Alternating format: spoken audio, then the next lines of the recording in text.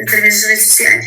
Enquanto a publicares o que quer que seja no YouTube ou o que estavas a dizer, pá, quer dizer, quanto a isso, o que é que eu te posso dizer? Isso não me assusta. Eu não.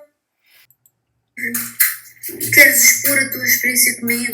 Expõe. Olá, faz amanhã um ano que a Ana Bacalhau me enviou o áudio com acusações falsas e maldosas que me atiraram para uma depressão, sabendo ela que eu não andava bem e que sou atreito a essas situações, no culminar de um ano em que perdi pessoas muito importantes na minha vida. Também fiquei a saber por esse áudio enviado pelo Messenger que, ao contrário da nossa conversa no Instagram, que era só entre os dois, a nossa conversa foi lida e ouvida por 3 grupos de pessoas que desconheço completamente. Não consigo entrar na cabeça de uma pessoa que sabe disso e deixa a outra espalhar-se a falar sobre a sua vida privada, da família e amigos, mais os seus pensamentos, e não a avisa. Só pode ser por maldade ou extremo egocentrismo. Creio que no caso da Ana Bacalhau é a segunda hipótese. Não deve conseguir colocar-se na posição do outro, outra. Quando a confrontei, meteu as mãos pelos pés, como parece ser prática usual dela, ao tentar arranjar uma desculpa de momento. A desculpar-se, mas nunca a pedir-me desculpa, nem no Messenger, nem ao telemóvel, nem posteriormente por mail. Em meados de novembro do ano passado, depois de lhe perguntar sobre ela, sobre a minha escrita e sobre a sua filha, que tinha um braço partido, respondeu-me apenas sobre ela, o que me levou à decisão de não lhe mandar mais mensagens. Dias depois veio à minha procura a perguntar o que era feito de mim. Em seguida enviou-me um áudio em que, entre outras coisas, me disse que me estimava muito e que achava que em dezembro ia ter disponibilidade total para mim. Reproduzo aqui parte do áudio para verem o contraste com mais adiante, em que basicamente disse que eu era horrível e que a estava a prejudicar muito.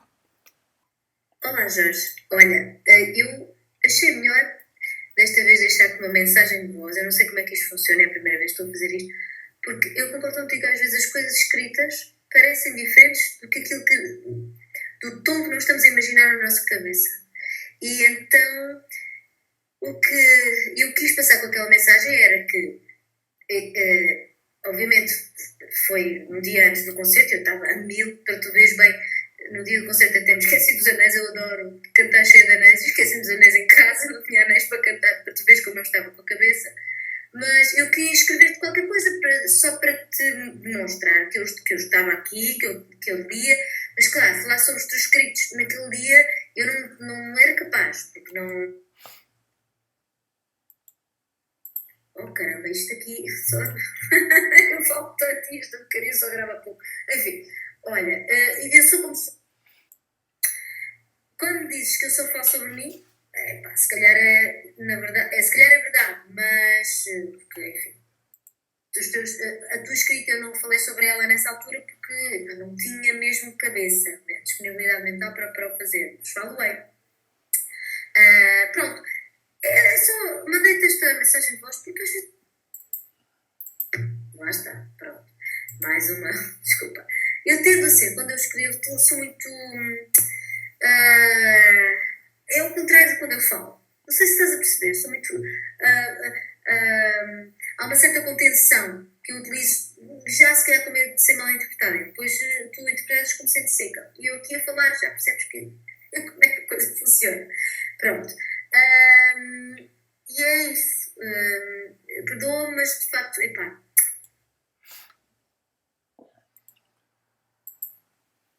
Raio, pá!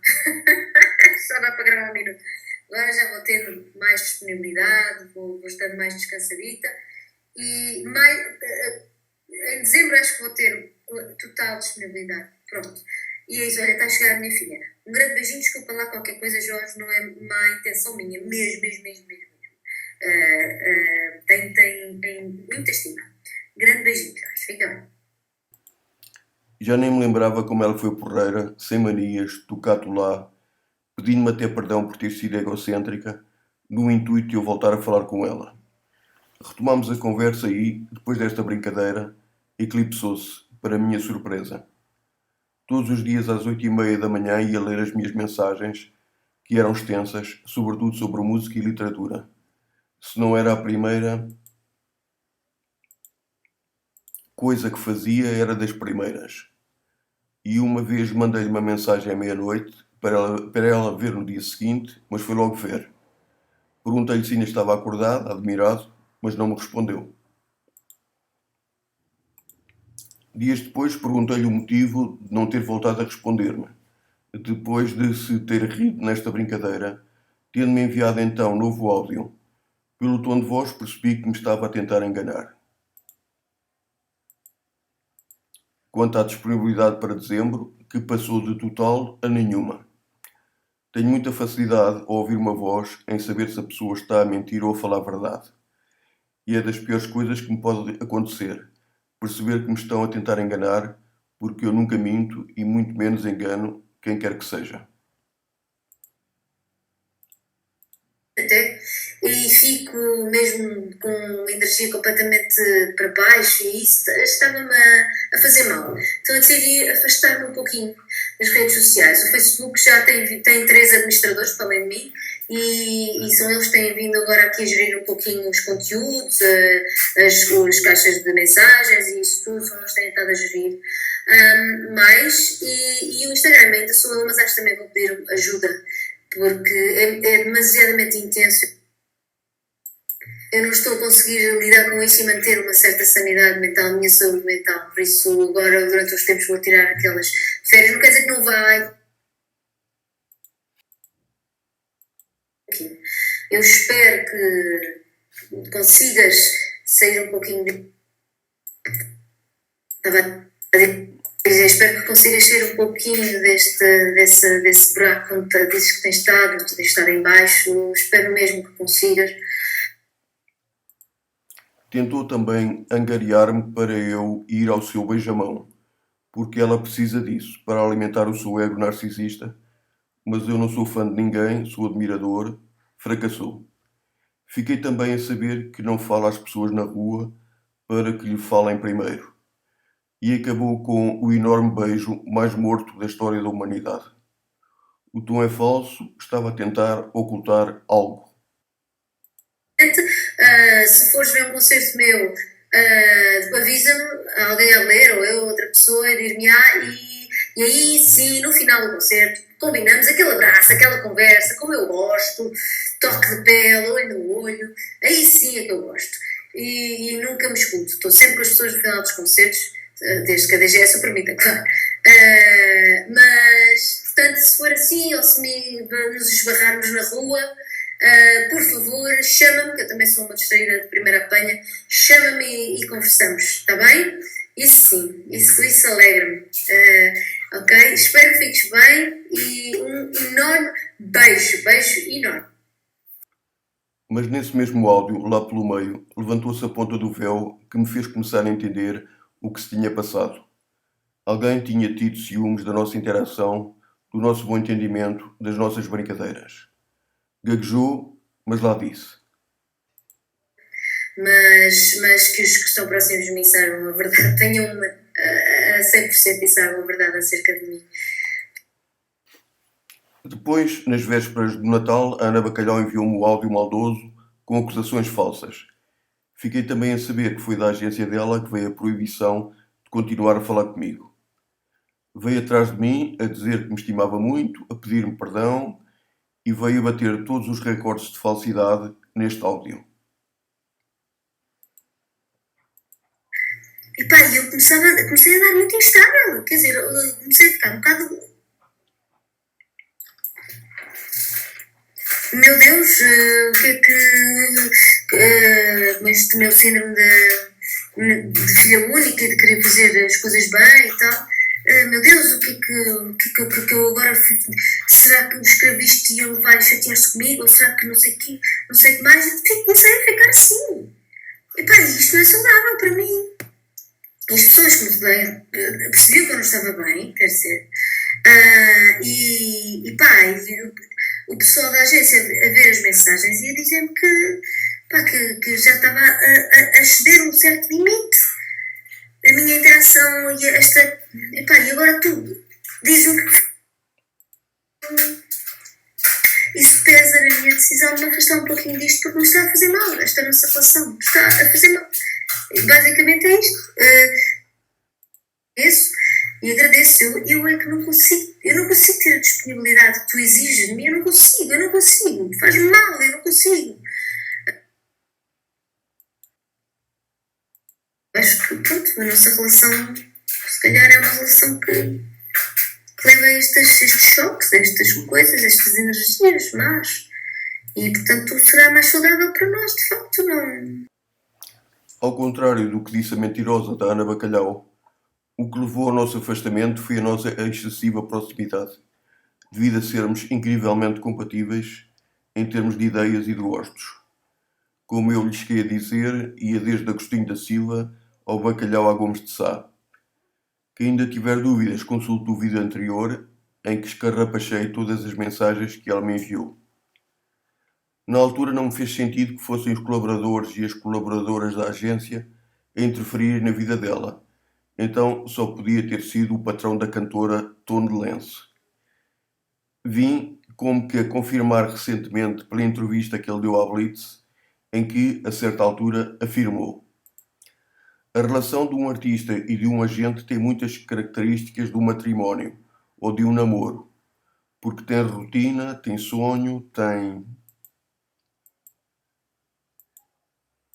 ciúme, tem inveja, tem objetivos para cumprir, tem desgaste, tem todas as características de uma relação amorosa. Para funcionar, tem que haver química, uma certa cumplicidade entre o agente e o artista. À partida, tem de ser entre duas pessoas que gostem uma da outra para que funcione. Teve ciúmes, portanto. Fez-me lembrar quando eu era pequeno e observava um periquito a bater as asas, desesperado, ao ver o outro cortejar a fêmea dentro da gaiola. Em 2012, a Ana Bacalhau fez uma postagem em que disse: quem tem o Vasco Sacramento tem tudo. Foi assunto de uma crónica sua num jornal. Em fevereiro do ano passado, numa postagem que ele fez sobre a Diolinda, a Ana Bacalhau deu adoro com o seu Facebook secreto, Ana Só. Ana Bacalhau nunca é frontal e pensa que é mais esperta que toda a gente. Por que raio deu adoro com o seu Facebook secreto? E acha que ninguém reparou? Se calhar não. Disse-me que tinha mais um Facebook, mas que não o usava.